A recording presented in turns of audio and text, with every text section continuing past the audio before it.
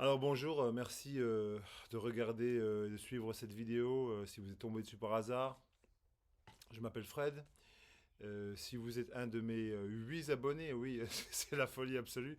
Merci oui, de vous être abonné et puis de regarder, de me regarder en train de dire quelques conneries sur la musique. Mais bon, j'ai créé cette chaîne, comme je l'ai expliqué dans ma dernière vidéo, pour me connecter un peu avec la communauté de fans de musique française, on va dire, ou un certain pan de la communauté, avec quelques personnes avec qui, voilà, j'ai des échanges sympas. Je pense à Bruno, Esther Musique, plein de, enfin, je veux dire, j'en ai 8, c'est trop difficile de me rappeler tout le monde. C'est presque impossible.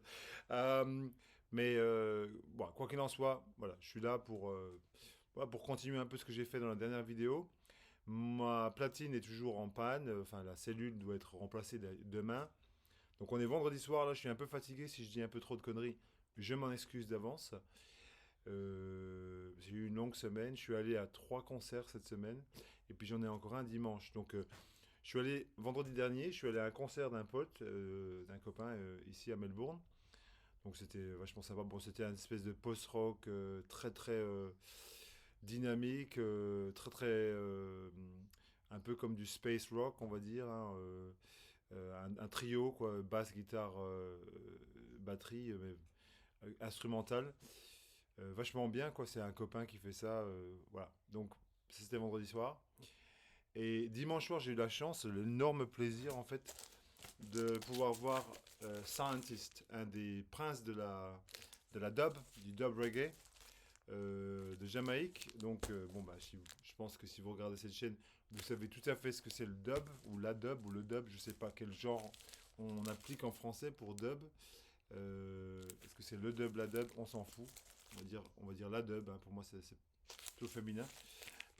Et donc, Scientist, si vous connaissez pas, donc c'est vraiment un des 3 ou 4 grands musiciens dub. Donc, la dub, c'est effectivement une forme plus électronique du reggae qui est arrivé par accident. Oui, je crois que c'était Lee Scratch Perry ou je pense qui avait par accident effacé la voix sur une piste de reggae et il nous restait plus que, enfin il restait plus que la basse et la batterie, une espèce d'écho. Et en fait est né ce genre que moi je trouve tout à fait fascinant. Donc j'adore ça, artiste et puis donc j'ai pu le voir. Peut-être que je vais mettre un petit peu du concert là dans la vidéo. Mais si vous avez jamais écouté Scientist, je vous conseille très très largement. Et puis surtout, par exemple, je vous recommande grandement Heavyweight Dub Champion, oui, qui est un album de ouf quoi. Euh, donc, j'ai pas écouté que ça, j'ai écouté plein de trucs cette semaine. Je suis allé voir, donc j'ai dit, je suis allé voir 4 concerts. Euh, le, le- le concert que je suis allé voir mercredi soir cette semaine, je suis allé voir Micaiah McCraven, euh, qui est un batteur américain, je pense qu'il est établi à Chicago, qui est, enfin, c'est monstrueux quoi. Le mec, c'est le meilleur batteur de jazz au monde quoi, je pense en ce moment. Enfin, peut-être que j'exagère, mais c'est un truc de dingue de voir ce mec sur scène. Donc il avait son groupe avec donc Genius Paul, qui est un bassiste aussi, qui est aussi sur le label International Anthem, que enfin quelques personnes doivent connaître au moins au minimum. C'est un label de Chicago qui bouge vachement les choses au niveau du jazz. Moi j'ai plein d'albums de International Anthem dans mes... Je pourrais même en faire toute une vidéo si j'avais envie. Et il a sorti un album récemment aussi sur Blue Note, Deciphering the Message. Et donc, il avait un groupe, Genius Paul, un guitariste qui s'appelle Matt Gold, qui était absolument extraordinaire.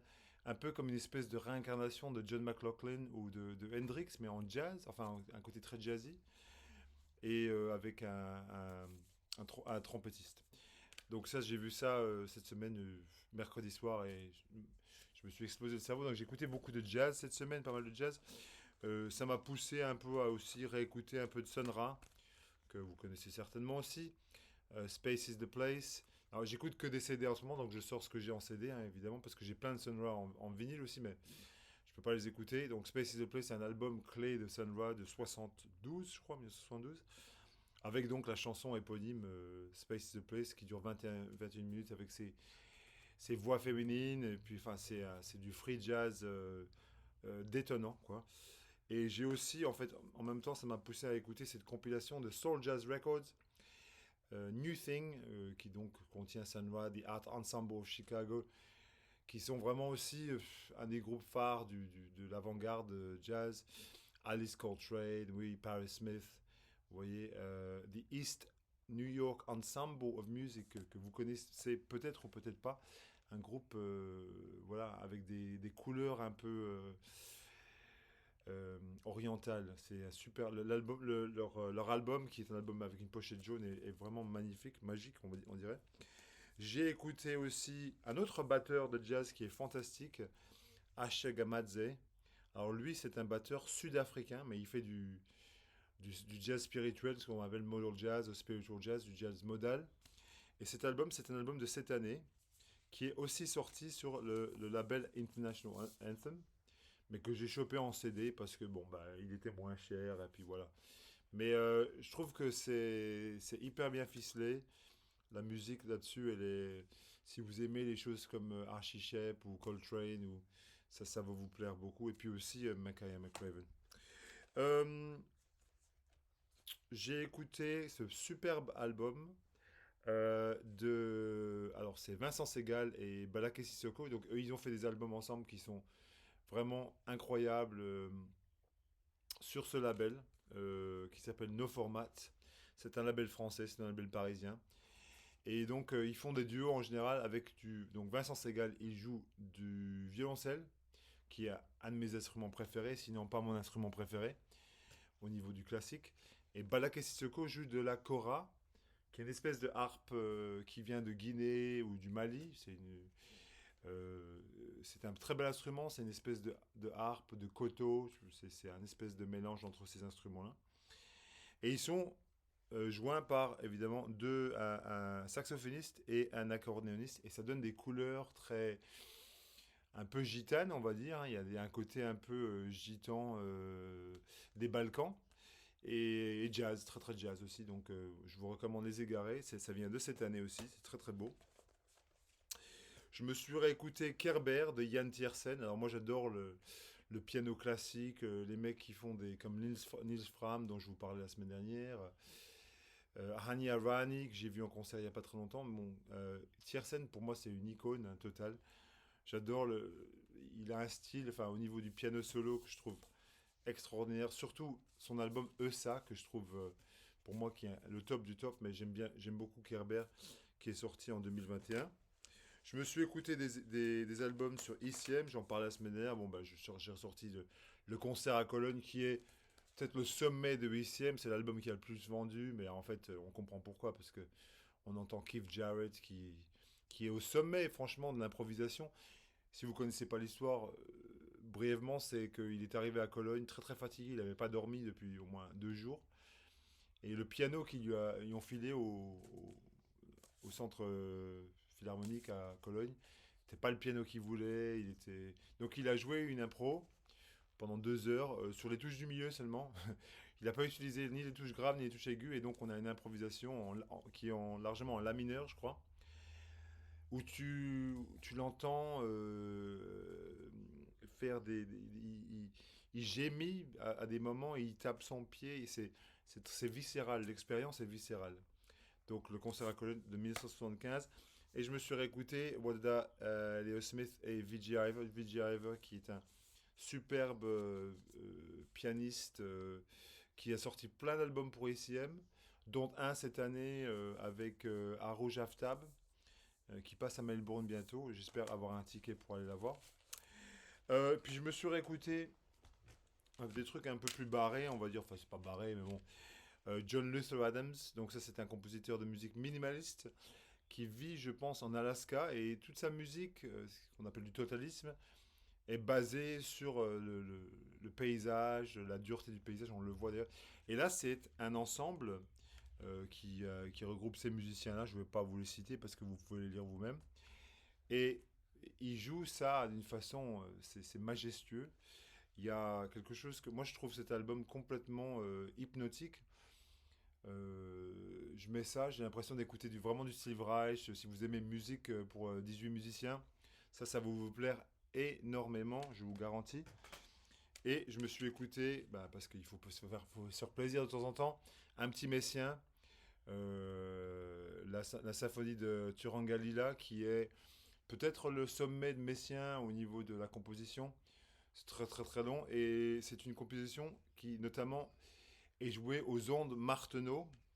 Alors l'onde Martenot, c'est un instrument électronique primitif et il est peu utilisé en fait, mais maintenant de nos jours, enfin plus récemment, Johnny Greenwood de Radiohead utilisait l'onde Martenot il a utilisé pour notamment, je pense que c'est sur Kid A qu'on peut entendre de l'onde Martenot, mais voilà. Alors après, pour continuer sur la lignée un peu jazzy, tout ça, je me suis réécouté un peu du post-rock de Nex. Alors The Nex, c'est un groupe de Sydney, excusez-moi. Un trio qui fait du post-rock depuis des années et des années. C'est un groupe cultissime pour moi, The Nex. Donc ça, c'est Aether. Et puis là, on a The Boys. Donc eux, ils font un espèce de rock enfin, qui s'allonge sur des longues périodes. Je les ai vus en concert et ça prend beaucoup de temps, mais c'est très très beau si vous aimez Tortoise ou Mogwai ou les choses comme ça. Ou par exemple Silver Mount Zion, qui est le groupe du mec de Godspeed, du Black Emperor. Le nom m'échappe, Manuel Menak. Euh, Menak Ephraim, je sais plus comment il s'appelle le mec. Donc j'ai écouté un peu les albums de Silver Manzine qui vient de Montréal. C'est un groupe de post-rock mais pur et dur. Et puis j'ai écouté un peu de rock aussi parce qu'il me reste pas beaucoup de temps parce que ces vidéos là que je fais, j'ai une limite de 15 minutes. Donc un peu de rock. Donc notamment je suis reparti sur Dig Lazarus Dig que j'avais pas écouté depuis je sais pas combien de temps. Alors ça, c'est un album un peu ignoré de Nick Cave, mais je trouve que c'est un de ses meilleurs albums récents. Peut-être même le meilleur album qu'il a fait récemment. Il est très très beau cet album. Et il a beaucoup de, de, de, de- de force, je trouve.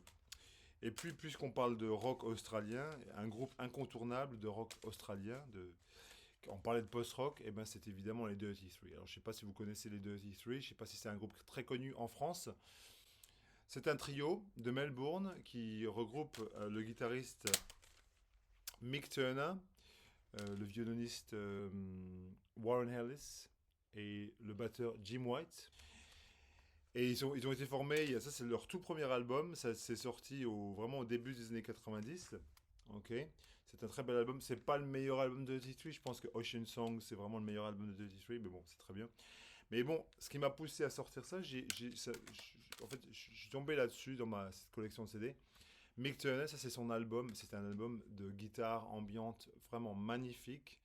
C'est le guitariste de Dirty Three et c'est de l'ambiance vraiment, c'est très lancinant. Et ça m'a fait en même temps réécouter l'album qu'il a fait avec Bonnie Prince Billy. Donc ça s'appelle The Marquis the Train and Bonnie Billy. Donc Marquis the Train, c'est Mick Turner, effectivement, qui joue de la guitare. Et c'est l'album le plus triste que vous ayez jamais écouté, franchement. Ce sont tous des albums des années 90, on va dire ça en gros. Non, peut-être le Marquis de Train, c'est un album des années 2000. Et pour finir, un peu de slowcore, de trucs tristes, parce qu'il me reste quelques secondes. J'ai ressorti mes albums de Mazistar. Alors j'adore Mazistar. Bon, Mazistar, c'est un groupe oui, de Los Angeles qui fait oui, du slowcore, de la dream pop, comme on dit, de la musique néo-psychédélique. Alors ça, c'est leur premier album qui est magnifique, She Hangs Brightly. Et ça, c'est leur troisième album que je trouve vraiment, vraiment bien réussi. Donc c'est le groupe de Hope Sandoval, chanteuse d'origine mexicaine, magnifique chanteuse, moi j'adore. Et je vais finir avec un de mes favoris, de mes préférés, qui est l'album des Red House Painters, Ocean Beach, qui est vraiment aussi un de leurs meilleurs albums. Donc voilà, ça c'est les trucs que j'écoute cette semaine. J'espère que vous avez aimé.